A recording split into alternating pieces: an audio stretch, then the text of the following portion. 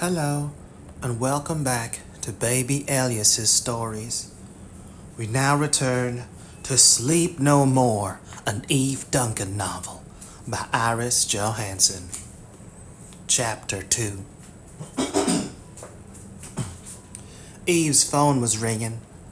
She ignored it. Not now, she thought impatiently. It couldn't be Joe. She had spoken to him an hour ago, and he had told her he was going to be in a meeting at the mayor's office. Anyone else could wait. She had to get 2 more depth measurements on Janelle's mid-therum area. The reconstruction was going exceptionally well. The skull was not broken, and all the pieces were... The ringing stopped, then immediately began again. Okay, damn it. She had to answer it. You didn't ignore anyone that urgent. She crossed the room to where her phone was lying on the coffee table by the couch and checked the ID. Sandra Duncan. Her mother, Sandra.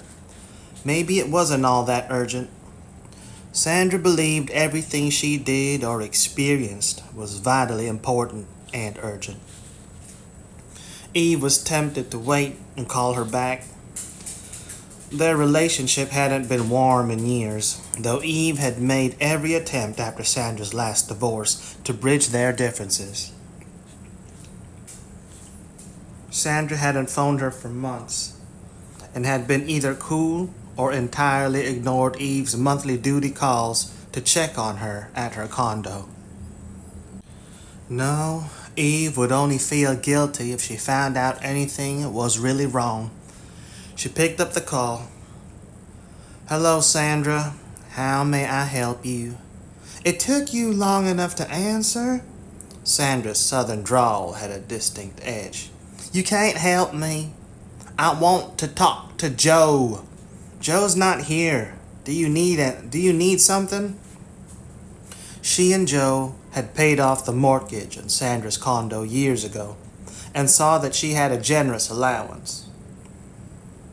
But Sandra had never been good with money, and it wasn't unusual for her to come to Joe and ask for an advance.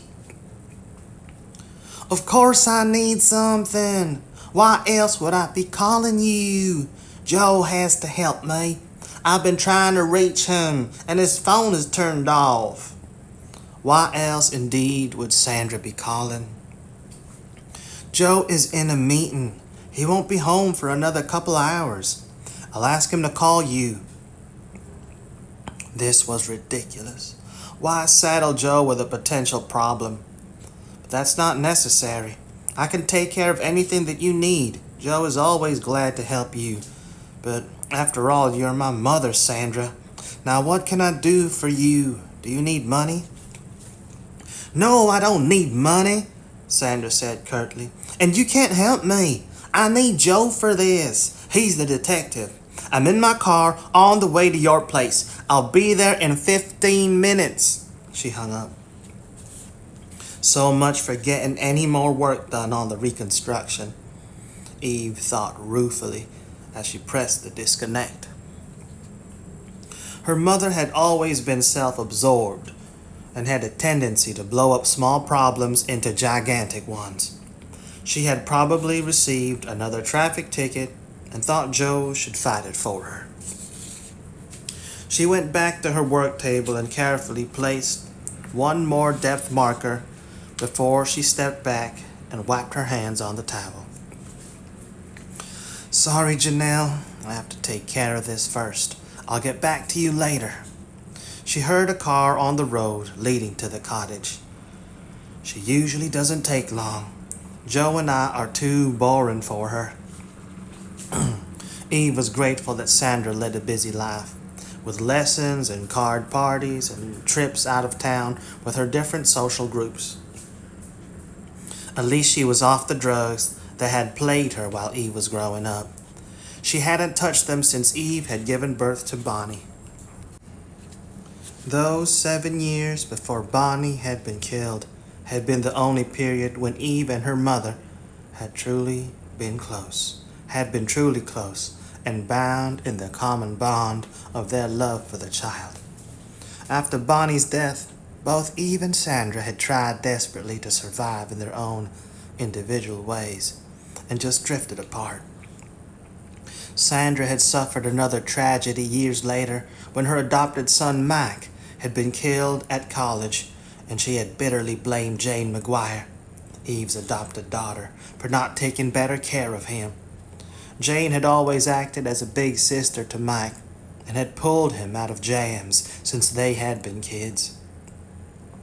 But that was one jam she hadn't been able to fix for him. No amount of arguing could convince Sandra that Jane had done everything she could for the boy. Since then, Sandra had withdrawn from contact with any of the family, except when she needed something. Like now. Eve forced a smile as she threw open the front door. 10 minutes? You must have been closer than you thought. I was in a hurry. She strode into the room. And no, I didn't get another ticket. Though I don't see what good it does to have someone working for the police department if he's not willing to take care of little things like that. That's called corruption, Sandra. And Joe is never corrupt. He told you that you were out of luck when you asked him the last time. It's just a little thing. She went to the automatic coffee maker on the counter and put in a K-cup. It's not as if I were dealing drugs or something. Is that why you want to talk to Joe? Her lips tightened. No way, Sandra. I won't let you put him on the spot like that. No, that's not why I need him. She took her cup of coffee and wandered over to the reconstruction on the work table across the room. Another one, Eve? She made a face as she looked at the skull that looked like a voodoo doll with the red markers piercing it like swords. Ugly. I think you get tired of this job. So depressing. And Sandra had shied away from anything depressing all her life. That rejection was evident in every aspect of her appearance. She must be seen as young and beautiful no matter what her age. That's why she had asked Eve to call her by her first name from the time Eve was only a child. She had always been Sandra to her daughter. She was smaller than Eve and very pretty, with stylishly layered red-brown hair that flattered a face that had undergone at least 2 facelifts, to Eve's knowledge. Very good facelifts. She looked almost as young as Eve these days and was far better dressed. She was wearing a short beige skirt, high heels, and a cream-colored hip-length sweater with a glittering gold multi-strand necklace. Yes, I do get depressed occasionally, Eve said quietly. How can I help it? But what I'm doing can bring resolution to parents who have lost their children to monsters. You know that, Sandra. I'd have been grateful if someone had been able to do the same for me when Bonnie was taken. She looked her in the eye. We both went through hell not knowing, remember? Her eyes slid away. I try not to remember. I'm not like you, Eve. You're stronger than I am. You always work and try to change the world. Well, I don't care about the rest of the world. I care about me. She lifted her chin defiantly. And why not? I grew up in the slums and kept getting beaten down. I never hurt anyone, and all I ever wanted was a good time.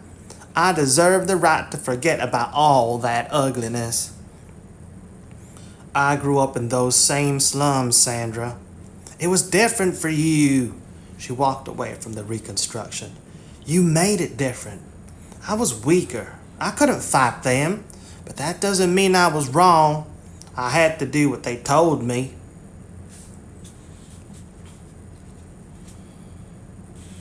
Eve frowned. What was Sandra talking about? The drugs she'd been on all those years ago? I'm not condemning you for anything, Sandra. You'd better not. I did the best I could. My mother wanted me to have an abortion when I got pregnant with you. I kept you. This is all past history. Why are you bringing it up now? I don't know. She gestured toward the skull. Maybe it's that ugly thing. Made me think about... Where's Joe? Shouldn't he be home by now? Soon. Sandra was definitely upset. Her hands were shaking. There was color in her cheeks that wasn't rouge, and she was moving around the room like a bird afraid to land. Joe didn't need to have to deal with her in this state. Maybe it could be longer. Why don't you talk to me? Joe will tell me anyway. We don't keep secrets from each other, Sandra. Why do you need a police detective? I don't need a detective. I just want to have someone check into something for me, she amended quickly. Well, not for me. It's for a friend in my casino club. Jackie Mestrad, she frowned. But I don't want to talk to you, Eve. That's not what I planned. I don't want you involved. What you ask Joe involves me, so we'll wait for Joe and you can tell us both. Oh, very well, she said, annoyed. But it's practically obscene that you're so close. You think that two people will want to live their own lives. Jackie Mestrad, Eve prompted. It's just a favor. Jackie's concerned about a cousin, a young woman in a mental hospital in California who seems to have disappeared, and I told her I'd have Joe check it out. California? Santa Barbara. Well, it's not as if he'd have to fly out there. I wouldn't ask him to do that. I wouldn't think that you would, Eve said dryly, since California is a little out of his jurisdiction. Has your friend contacted the police out there? What does the hospital say? Nothing. They say there's nothing to worry about. The woman wandered away from the hospital, but she's no threat to herself or anyone else. They've asked the police to conduct a discreet investigation so that it won't embarrass the patient's family. And they agreed? I'd say a mental patient wandering around the city offers a multitude of problems. An embarrassment to the family is the least of them. They agreed, Sandra said flatly. The family is a huge donor to the hospital and also has a lot of influence in the city. The police were happy to cooperate. And when did this woman wander away? 2 nights ago. At night? A strange time to wander. Does she sleepwalk? How do I know? She moistened her lips. Jackie didn't tell me. It's not something I'd ask, Eve. No, Sandra was seldom interested in other people's problems. And why didn't one of the nurses or doctors stop her? And there had to be security if it's a mental hospital. I don't know. Stop asking me questions. Have Joe find out what happened. That's why I came here. He has to find her. I'm sure he'll be glad to communicate with the Santa Barbara Police Department, but that's really all he can do. No, he mustn't do that. Sandra's tone was suddenly panicked. That will stir things up, and I don't want to cause trouble. All I want is for him to find her. I mean, that's all that Jackie would want. Then do what I do with my reconstructions. Go to the media and publish a picture. Let the public search for her. Don't be stupid. I can't do that. I told you that any search has to be discreet. To protect her precious family? Screw that, Sandra. It's the patient who is important. Why would it matter if she was in the newspaper or not? Because she was in a mental hospital. She's crazy, damn it. And there's a stigma surrounding mental illness? Well, it's time that stigma was put away. You can't cure something if you don't accept and understand it. Well, I don't understand it. It scares me, and it probably scares other people too. I don't blame the Averys for not wanting anyone to know about her. Avery? She was silent, then said reluctantly, Beth Avery. She's some distant relation to the South Carolina Averys. Maybe you've heard of them? Who hasn't heard of them? There hasn't been a more powerful political family since the Kennedys. George and Nelda Avery were the head of an immensely wealthy dynasty who owned factories, mines, and a good portion of the lumber in the state of South Carolina. It was also rumored that they owned a good many that they owned a good many of the Democratic senators in Congress and were aiming to catapult their son into the Oval Office. They're reputed to be kingmakers. No wonder the police are proving so cooperative if the Averys own a big part of California too. She frowned, trying to remember anything else she'd heard about the family. But I don't recall hearing anything about this Beth Avery. The spotlight is on everything the Averys say or do. Why don't I know anything about her? A distant relative? No one important? Sandra said quickly. And she's been in that hospital for a long time. If the media were interested, they've probably forgotten about her by now. And the Averys don't want her to be remembered, Eve said. Maybe they regard mental illness as a stigma too, she grimaced. Though I don't think even a crazy woman would scare George and Nelda Avery. It's more likely that they regard her as an inconvenience. Why do you say that? Sarah asked indignantly. They took care of her, didn't they? It's a nice hospital. Sea Haven Behavioral Health Center, they call it. And it looks like a luxury hotel. They did everything they could for her. Then why did she wander away? You can't blame... She stopped.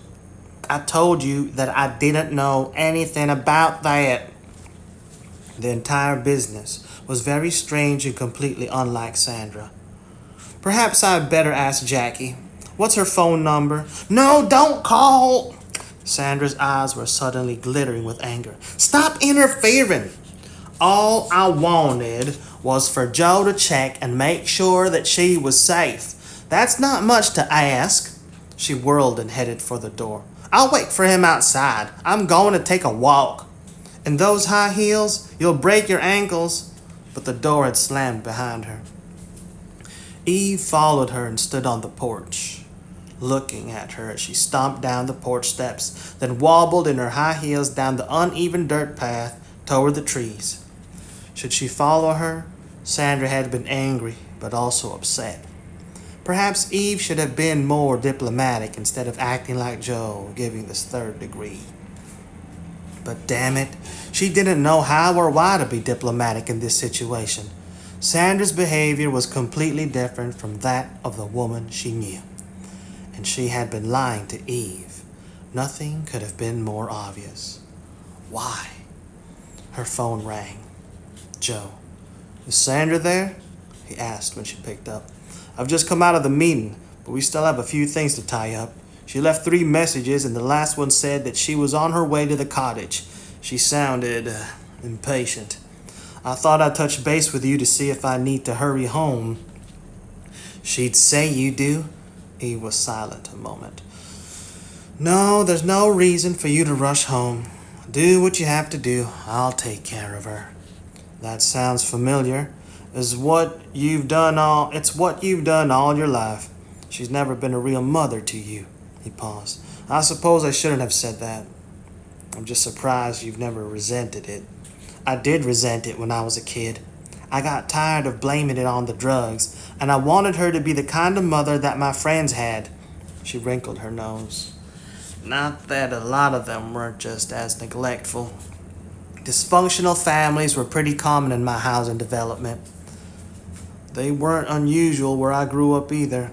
But you were a rich kid, and you only got sent to some fancy school instead of getting kicked out on your ass, she added. But Sandra never threw me out. Between her welfare payments and an occasional job, we made it until I was old enough to get a job myself to help out. Look, some people never grow up. I think Sandra may be one of them. But beneath all that vanity and self-absorption, she has a good heart. I was better off than a lot of kids. She looked at Sandra, who was nearly out of sight. And she was good to my Bonnie. She might not have been a good mother, but she was one hell of a good grandmother. That was more important. To you, I'm afraid I feel differently. You're the one who is important in my world. He went on before she could speak. But that doesn't mean I'm not willing to take responsibility for her. Does she need money? Joe was always ready to take responsibility, bear the burdens, fight her battles, which was the reason she had to protect him from his own instincts. He had appeared in her life after Bonnie had been taken, and it would have been easy for her to go into a cocoon and lean on him. But she had been careful to remain her own independence, and taking care of her mother was part of that independence. No money, not this time, and if she did, I'd manage. But if you could make a phone call or two before you start home, it might smooth the way to easing her off our doorstep. Another traffic ticket? He asked warily. I'd never ask you to do that. What the hell are you thinking? I'm thinking that you seem to be feeling softer and more lenient than usual towards Sandra. Who am I supposed to be calling? Santa Barbara Police Department. Maybe the local mental hospital. According to Sandra, Jackie, one of her friends, has a cousin in a mental hospital out there. The woman wandered off 2 nights ago from Sea Haven Behavioral Health Center, and she hasn't been found. Sandra is worried and wants you to do something to get her back.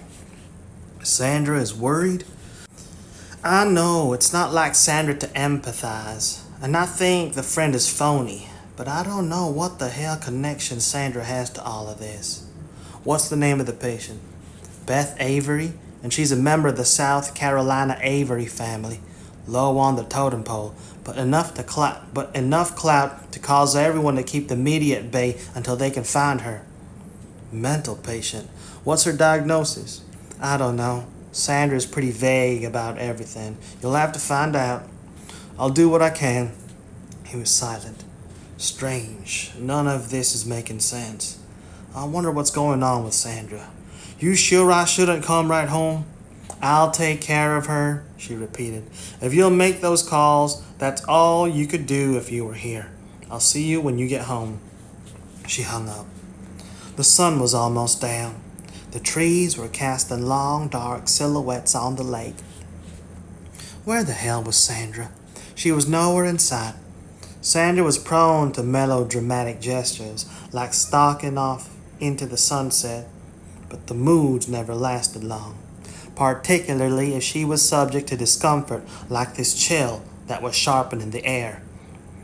And she had seemed genuinely upset when she had left the cottage. Okay, go after her. She might still be irritated with Eve, but she could just deal with it. Eve wanted all the outbursts and the main problems brought out into the open before Joe got home. Joe might think he was responsible for everything in Eve's life, but she wouldn't let it include her mother. She and Sandra had gone through experiences and traumas that she would never confide to Joe. He would only become angry and protective and want to shut Sandra out of her life. Eve couldn't do that. These days, Sandra was more difficult than pleasant, more selfish than giving, but you had to accept the cards you were given. She started down the porch steps, her gaze searching the trail. And the cards Eve was being given at that moment was the task of going after Sandra, bringing her back to the cottage, and getting her to tell the truth about this Avery business. She found her mother leaning against a pine tree a half-mile down the lake path. I didn't think you were going to come. Sandra was limping toward her. I fell down and hurt my foot. Eve hurried forward and put Sandra's arm around her shoulders. Those damn high heels. Don't you tell me that you told me so, Sandra said. You said I'd break my ankles. I only hurt my foot. Big difference. And it's all your fault. I wouldn't have had to leave the cottage if you hadn't been nagging at me. She leaned heavily against Eve. But you're always like that. You never believe me. I was only asking questions, Sandra. Now that she was closer, she could see that Sandra's face was tear-streaked. Her stockings torn at the knees, and one heel had broken off her shoe. Are you hurt? You don't look so good. I'm fine. She was shivering. A little cool. How do you expect me to be? I'm a city woman. I don't like the outdoors. I don't know why you'd move out here anyway. We like it here. It was Joe's house before we started living together, but it's our home now. You should come out more often. You might get to like it. She shook her head. There's nothing for me here. You never can tell. 5 minutes later, they had reached the porch stairs, and Eve was gently helping her climb them. You weren't sure you'd like to help me take care of Bonnie after she was born, but it worked out fine. And what did it get me? I got to love her, then she died. It's better not to get too close. You always get hurt. Sometimes. They had reached the front door, and Eve helped her into the house and over to the couch. Sit down here. I'll go get some water and salve. Can you manage to get those hose off? Yes. I'm not helpless, Eve. No, but Sandra looked weak and shaken, and her eyes were glittering with unshed tears. I know you're not, Eve said quietly. But you took a fall, and if I can help you, I want to do it. You do the same for me. I'll be right back. When she came back, carrying the basin of water, Sandra was leaning back against the couch, her eyes closed. I have to talk to Joe, she whispered. When is he coming? It will be a little while, but you need some time to pull yourself together. She began to gently bathe Sandra's scraped knees. You're a bit tousled. You looked so pretty when you got here. You don't want Joe to see you when you're not at your best, do you? I did look nice, didn't I? This is a new sweater. She opened her eyes. I looked in the mirror this morning, and I thought that I didn't look too much older than I did when I gave birth to you, Eve. Was I lying to myself? Everyone says that you look much younger than you are. That's important. A woman like me has to look nice. Sometimes it's all you have. Nonsense. It's important that you look good if it pleases you, but it doesn't weigh in very heavily in the scheme of things. It's what you are inside that matters.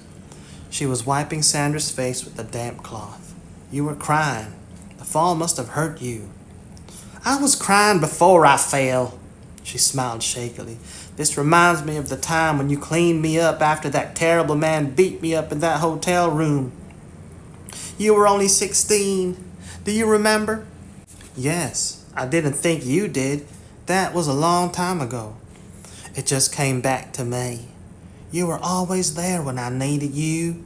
Sometimes you didn't want to be, but if I called, you'd come. A ripple of pain crossed her face. It should have been the other way, shouldn't it? But I was never good at being a mother. I only had you because I felt angry and cheated. I wanted to get back at them. Eve stiffened. Cheated? You're getting angry with me. I knew you would. That's why I have to talk to Joe. She reached out and grabbed Eve's hand. It's not my fault. None of it is my fault, Eve. Don't be angry with me. Calm down. Sandra's grip was nearly bruising, and her face was pale. I'm not angry. I'm just trying to get to the bottom of this. You said you were crying before you fell. Why, Sandra? I wanted to do something, but I didn't know what to do. I knew you'd make me tell you. If Joe had been here, it would have. Joe isn't here, Eve interrupted. I want to help you. I will help you, but you can't tell me any more lies. What the hell is happening? How much of that story you told me about that woman in the mental hospital is true? She didn't speak for a moment. Most of it. I didn't lie much, only about Beth Avery being Jackie's cousin. Then why did you make up that story? Why not just be honest with me? Who is this Beth Avery to you, Sandra? She didn't answer. Sandra, you were right. I'm going to keep after you until I find out what's wrong. Now answer me. I knew you'd be like this. The tears were running down Sandra's cheeks. But you've got to promise not to be angry with me. Eve drew a deep breath. Patience. I told you, I'm not going to be angry. For heaven's sake, stop crying. All I want to do is help you. Who is Beth Avery, and what is she to you? I didn't want anything bad to happen. I have to do something to make it right, Eve. Tell me. I'm getting there. She moistened her lips, then said in a rush, I'm her mother, Eve. I'm Beth Avery's mother. Shock. Eve felt as if she'd been punched in the stomach. What? Sandra lifted her chin defensively through the tears, though the tears were still running down her cheeks. I didn't want to tell you. You made me. Sandra, Eve spoke very slowly. Would you repeat what you just said? You heard me. You got to do something. Beth Avery is your sister.